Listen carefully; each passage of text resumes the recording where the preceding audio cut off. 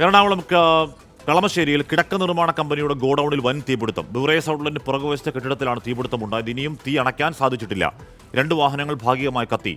ശ്രീകാന്ത് സംഭവസ്ഥലം ചെയ്യുന്നു. ശ്രീകാന്ത്, ഇതിനടുത്തുള്ള ഒരാൾ, ഇത് നമ്മുടെ വാട്സാപ്പിലേക്ക് ആദ്യ ദൃശ്യം അയച്ചു തന്ന ആൾ ഓഡിയോയിൽ പറയുന്നുണ്ടായിരുന്നു, ഒരു വലിയ പൊട്ടിത്തെറി കേട്ടു, പൊട്ടിത്തെറിക്ക് പിന്നാലെയാണ് തീപിടുത്തം എന്ന് കേട്ടു. എന്താണ് തീപിടുത്തത്തിന് കാരണം എന്നറിയാൻ കഴിയുന്നുണ്ടോ ശ്രീകാന്ത്? ഇത് സമീപത്തെ ഒരു വൈദ്യുതി ഇതിലേക്ക് വീണു. ഈ കമ്പനിയിലേക്ക്, കിടക്ക നിർമ്മാണ കമ്പനിയിലേക്ക് വീണ് പിന്നീട് തീ പടർന്നു പിടിച്ചു എന്നുള്ളതാണ് പ്രാഥമികമായി ഹാഷ്മി നമുക്ക് കിട്ടുന്ന വിവരം. 2 വാഹനങ്ങൾ നശിച്ചിട്ടുണ്ട്. അതാണ് നമ്മൾ ഈ ദൃശ്യങ്ങളിൽ കാണുന്നത്. ഒരു വാഹനം കൂടി ഉണ്ടായിരുന്നു. അത് ഈ കിടക്ക നിർമ്മാണ കമ്പനിയുടെ ഉടമ ഇവിടെ നിന്നും മാറ്റുകയും ചെയ്തു. നിലവിൽ തീ ഭാഗികമായി നിയന്ത്രണ വിധേയമായി എന്ന് വേണമെങ്കിൽ പറയാം. ഏലൂർ ഫയർഫോഴ്സ് സംഘം സമയോചിതമായി ഇടപെട്ടു. അവർ ഇവിടേക്ക് എത്തിച്ചേർന്നു. അവരുടെ നേതൃത്വത്തിൽ ഇപ്പോഴും നമുക്ക് ദൃശ്യങ്ങളിൽ കാണാം, തീ അണയ്ക്കുന്നതിനുള്ള ശ്രമം തുടർന്നുകൊണ്ടിരിക്കുകയാണ്. ഈ തകര ഷീറ്റ് കൊണ്ട് മേഞ്ഞ ഒരു ചെറിയ കെട്ടിടമാണ് ഇത്. ഒരു ഗോഡൌൺ പോലെ പ്രവർത്തിക്കുന്ന ഒരു സ്ഥാപനം. അവിടെയാണ്. അതിനാൽ തന്നെ തീ പടർന്നു പിടിക്കുന്നതിന് വളരെ എളുപ്പവുമാണ്. തൊട്ടപ്പുറത്തൊക്കെ തന്നെ നിരവധി വീടുകളുണ്ട്. ഇതിന് തൊട്ട് സമീപത്തായി തന്നെ ഇതര സംസ്ഥാന തൊഴിലാളികൾ താമസിക്കുന്ന ഒരു കേന്ദ്രമുണ്ട്. അവിടെ പക്ഷെ ആളില്ലാതിരുന്നത് കൊണ്ട് പരിധിവരെ ഈ അപകടത്തിന്റെ ശ്രീകാന്താണ് വാർത്തയുടെ വിവരങ്ങൾ നൽകുന്നത്. അവിടെ ഈ പറയുന്ന കളമശ്ശേരിയിൽ ഒരു കിടക്ക നിർമ്മാണ കമ്പനിയുടെ ഗോഡൌണിലാണ് വലിയ തീപിടുത്തമുണ്ടായത്. ബിവറേജ് ഔട്ട്ലെറ്റിന്റെ പുറകുവശത്തെ കെട്ടിടത്തിലാണ് തീപിടുത്തമുണ്ടായത്. കൂടംകുളത്തുള്ള ഇലക്ട്രിസിറ്റി ബോർഡിൻ്റെ KV ലൈൻ പൊട്ടിയത്. അപ്പോൾ ഫയർഫോഴ്സ് എത്തിയെങ്കിലും എത്തിപ്പെടാനുള്ള ഒരു തടസ്സം വന്നു. കാരണം കമ്പി പൊട്ടിക്കിടക്കുന്നുണ്ട്. ഫയർഫോഴ്സ് വന്ന് നിയന്ത്രണം അതീതമാക്കി. അല്ല, തീ പിടിച്ചുകൊണ്ടാണ് ലൈൻ കമ്പി പൊട്ടിയത്. തീ ആകാശത്തേക്ക് ഉയർന്നപ്പോൾ കമ്പി പഴുത്ത് കമ്പി പൊട്ടാ ചെയ്തത്. വീടുകളിൽ നിന്ന് ആൾക്കാർ, അപ്പുറത്തെ വീട്ടിൽ, ഈ വീട്ടിൽ, ഇതിൻ്റെ ഉടമസ്ഥൻ്റെ വീടാണ് കാണുന്നത്. സമീപത്തുള്ള ആൾക്കാരെ മാറ്റി. ഇതിനകത്തെ ഭാഗ്യത്തിന് ആരും ഉണ്ടായിരുന്നില്ല.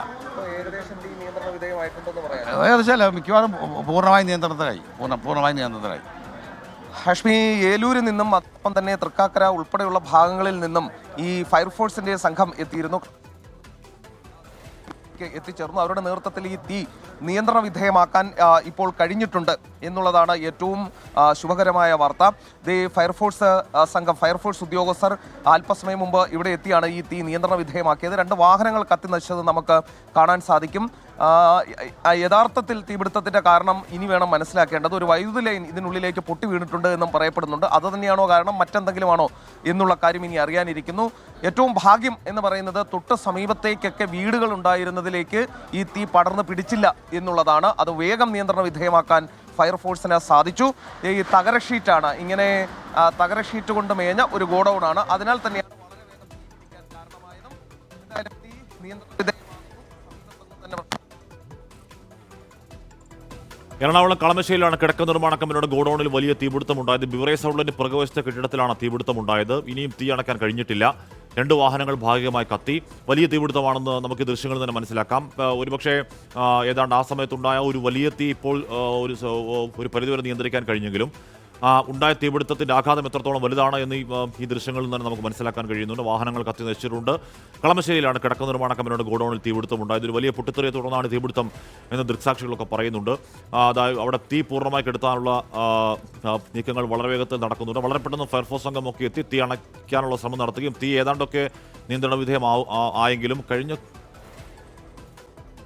വളരെ കുറഞ്ഞ സമയം കൊണ്ട് തന്നെ തീ ഉണ്ടാക്കിയ പ്രത്യാഘാതം അത്രത്തോളം ഭീകരമായിരുന്നു.